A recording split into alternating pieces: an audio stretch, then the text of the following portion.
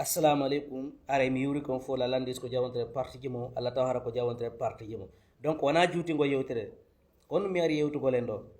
Mamadi Doumbouya o titeni makko fe wonno labani joni ko présentagol candidat ni ko élection jidi nde wada taw o présente to candidat kanko Mamadi Doumbouya dum yo laban on poste e kadi be bija e on ha ko kaf si be organiser élection haras be organiser élection ko be fala ko be wadata o soit be ko soit be on wadinde ko be fala ko be on wadde on fami jonno henki kay ciankinde be yeyi kam Ghana to be yeyi Ghana joddingol président Dramane kanko Mamadi Doumbouya don andi nateni militaire o watti o yaadure mum de artata kadi nateni militaire est ce qu'on fami be o yaadure mum be ka nateni militaire est ce qu'on fami donc kanko Mamadi Doumbouya ba o hewtoy ton kadi o watti kadi dolekil moko ba e cionci dum na sahi tum fo no ngaldi tes ko kanko woni militaire yo wadunodo o coup d'état la Guinée est ce qu'on fami parce que fo andi o bortiketeni yo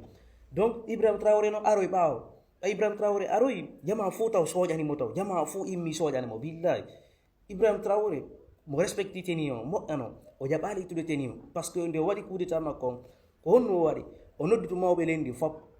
leji kala e hoorebe mum o nodditi o ari o inni tawte men golle lendi be jabi be tawti mo hande terroriste jo susta yawtude Burkina Faso terroriste susta yaw mo etti équipe ji no fermude no formedi kala ko yara be mari kanji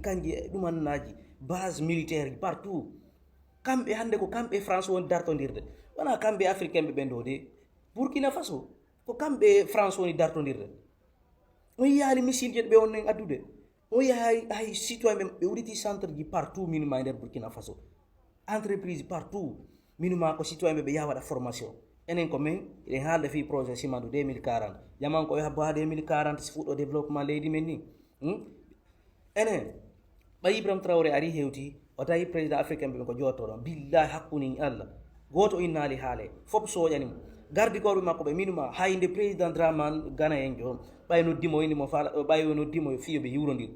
gardi be minuma jokki mo ha ko jawgol ko podio ko minuma ko beeda inni no onon woni do Ibrahim Traoré jawa yurowe ay o ari o tawi bengu Dramane o ittu beere makko o jogitimo o yurondirobe be après ba wala ne wattimo o yeno hiwiri président Dramane Ghana en jo ko jippi o hay o retardali o tourneti direct baya programme maɓɓe o lanni o arti e ka hay o retardali minuma Mamadi Doumbouya ɓay o daari Mamadi Doumbouya no watti gil basewil danewil e ɗumanna e paɗele mum kanko e ɓengo Doumbouya ɓe jooɗi billahi ko ni o daariri on guite ɗe o daari ɗen Doumbouya haɓɓuni Allah o daare ɗo photo on e ka o ni o daariri Mamadi Doumbouya jonno est ce que sa yi Ibrahim Traoré est ce que a yinayi on ko bandi Ibrahim Traoré wona bandi hay ko gesa maɓɓe kanko o jippoto o yahay ko gesa mo mari minuma mo addi minuma bil désert ko golla leydi mabbe ni fop fi tum yo be hebu agriculture ayal ko maaro mabbe personnel jom be woni nyamude andu be Burkina no andi Ibrahim Traoré ko meilleur président ko kanko e France woni dartondirde nini na kambe africain be ben do de ko kambe France woni dartondirde nini ko kambe armée français woni darton armée africain do be yonnum be wadata ko no Ibrahim Traoré wadata be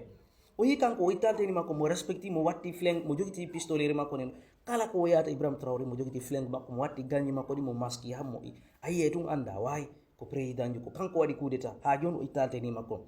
e kadi o jettani be kadi ayala hanki bay be lanni o salwi ko be noddi ko Burkina be mowdondiri don sa hay hanki minuma salo no heewi tew Ibrahim Traoré ari don jodi minuma tay mo wadi discours seda o lanni minuma o jippi ha o duddinala hala no oyni be gagna guerre mabbe parce que fi citoyen be woni o gollande oyni Afrique fuɗike réveil fuɗike finde ler ko gonga yeru kambe fam be fuɗike finde déjà be fini kambe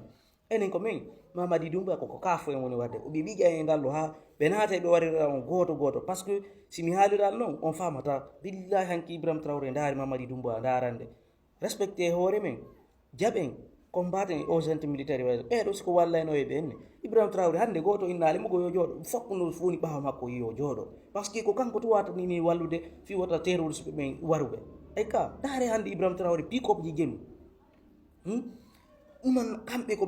protège go population o imani go nafi dum manna ayala ay gouvernement makko o yenna be o inna be wata yo be buytan citoyen be ben facture juude e ndiyange dum manna fo ena be buytu be wada moins prix e ka kila ko ni won président donc Mamadi Doumbouya o itti masque makko o ittani e masque joni o wattike cionci civil donc ko ene hedida e makko Mamadi Doumbouya no heda